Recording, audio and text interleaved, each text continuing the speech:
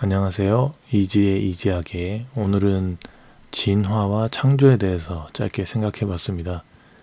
진화가 옳으냐 창조가 옳으냐 이것보다는 진화는 무엇일까 창조는 무엇일까를 다시 한번 살펴보고요. 우리가 어떻게 생각하면 더 발전적으로 생각할 수 있을까라는 걸 좀 정리해 보았습니다. 먼저 진화를 살펴보겠습니다.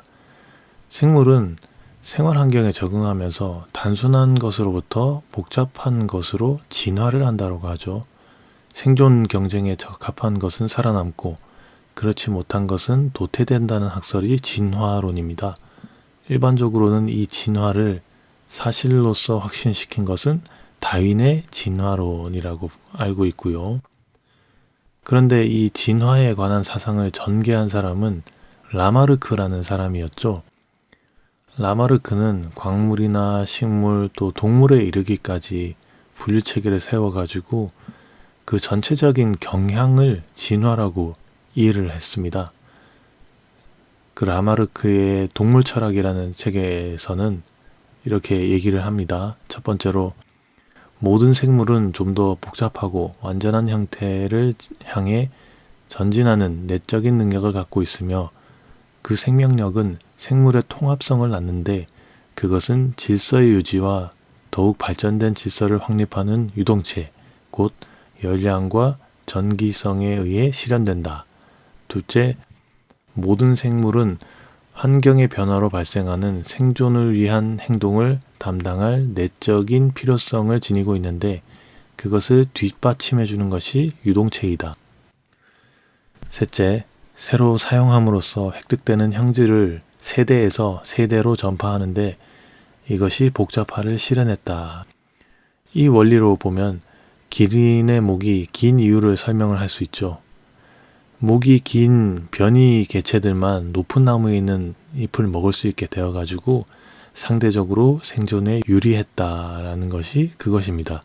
이런 라마르크의 진화론은 단순해서 복잡으로의 완진화에 관한 검토이고요. 현재 생존하고 있는 단순한 생물일수록 그 유래가 시간상으로 짧다라는 연속 자연 발생설이기도 합니다. 그리고 다윈은 종의 기원에서 진화의 구성을 기본적으로 이런 논리로 설명을 했죠. 첫째, 같은 종 안에 있는 개체는 그 형태와 생리에 두드러진 연속적 변이가 있다. 둘째, 이 변이는 기회가 있을 때마다 발생하고 유전한다.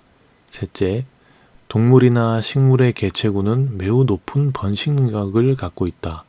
넷째, 그러나 자원은 한정되어 있으므로 어느 개체군의 개체는 자신 및 자손의 생존을 위해 투쟁하지 않으면 안 된다.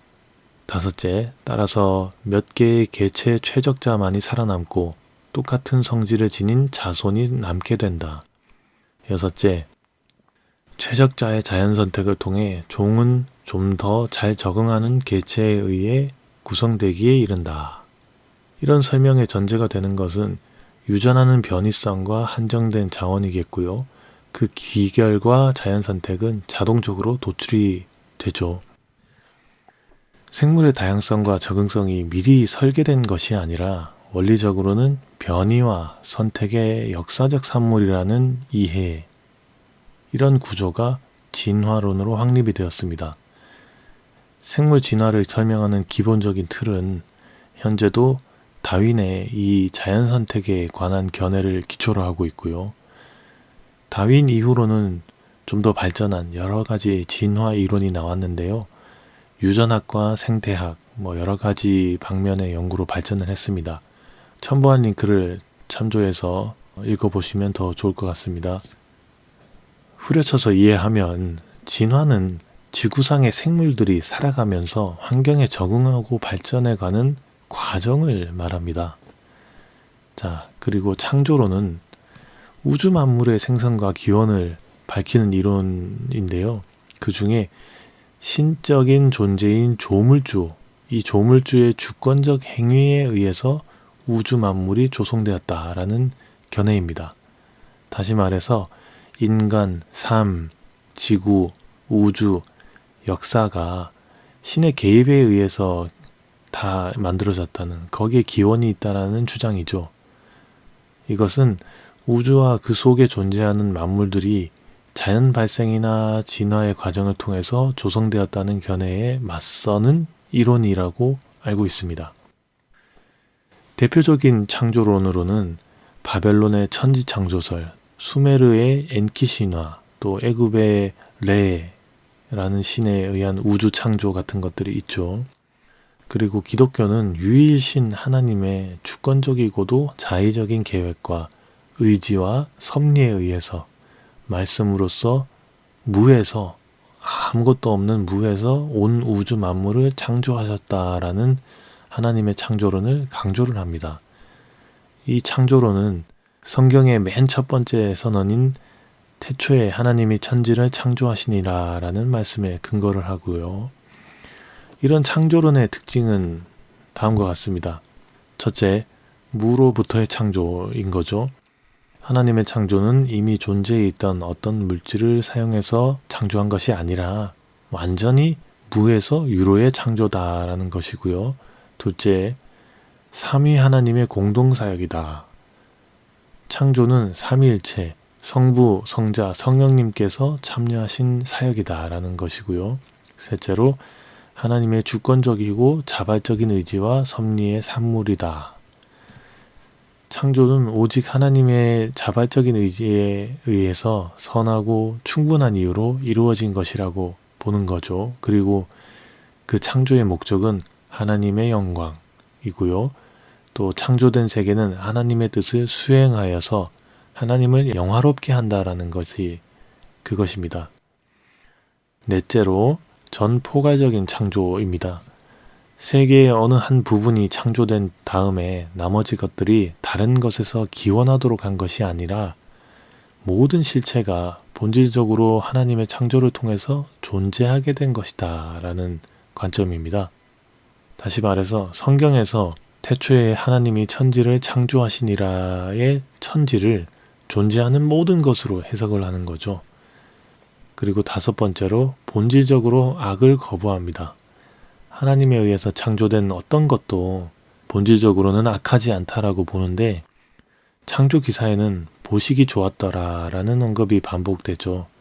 그리고 창조 후에는 하나님께서 피조물들을 보시고 심히 좋았더라라고 했는데 창조된 처음 피조 세계 안에는 그래서 악한 것이 없었고 모두 선한 것들 뿐이었다라는 그런 말입니다.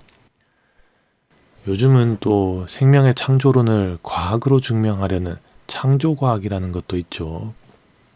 창조론은 지금까지 없었던 것을 있게 하는 것이죠. 제작이라는 말과는 구별됩니다. 제작은 이미 있는 것을 다른 형태로 변형해서 만들지만 창조는 아직까지 없었던 것을 세상에 내놓는 것이죠. 진화론이든 창조론이든 각자 주장하는 바가 있고 그것을 간단하게 말하기는 참 어렵겠습니다만은 정리하자면 진화는 지구상의 생물들이 살아가면서 그 환경에 적응하고 발전해가는 과정에 초점이 맞춰져 있고요. 창조는 아직까지 없었던 것이 세상에 생기는 것, 그 발생에 초점이 맞춰져 있습니다. 이 둘은 피트가 달라요. 그리고 생각하고 바라보는 방식도 다른 것 같습니다. 마치 집을 볼 때 집은 투자를 해서 이윤을 창출하는 것이라 보는 관점이 있는 반면에 그냥 사람이 들어가서 사는 곳이라고 생각하는 관점도 있는 것처럼 말이죠. 과학은 현상을 분석하는 분야죠. 그리고 신학과 신앙은 현상을 해석하는 분야입니다. 분석은 현상을 나누고 쪼개가지고 객관적인 자료를 만드는 것이고요. 해석은 거기에 가치를 부여하는 것이겠습니다. 이 둘은 상호작용이 있는 것 같습니다. 과학은 현상을 직시하게 하고요. 신앙은 거기에 가치를 부여하는, 그래서 의미를 창출하는, 그래서 둘 중 하나만이 옳다라고 말한다면 말과 세계는 이루어질 수 없을 것 같습니다.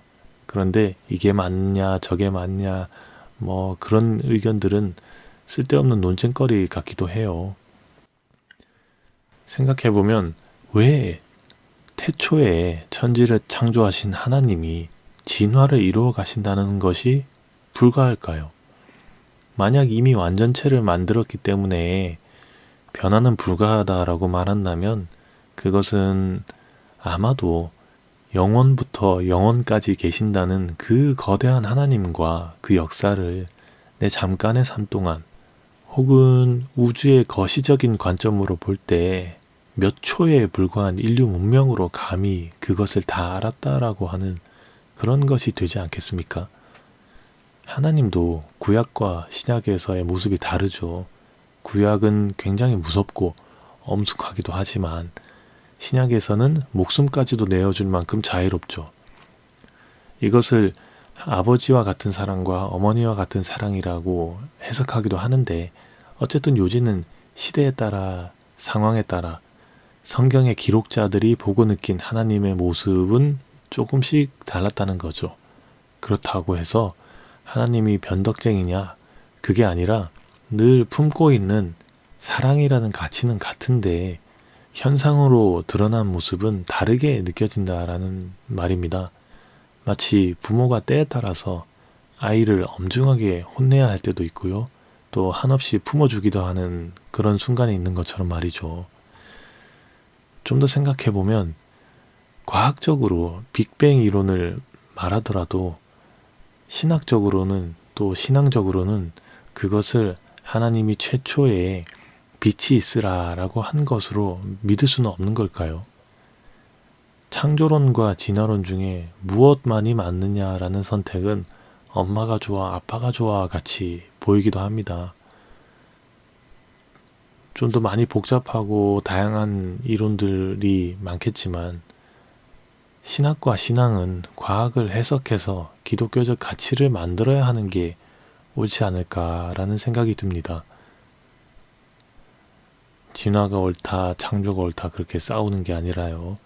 하나님이 태초에 천지를 창조했다는 것을 믿는다면 말입니다. 네, 들어주셔서 감사합니다.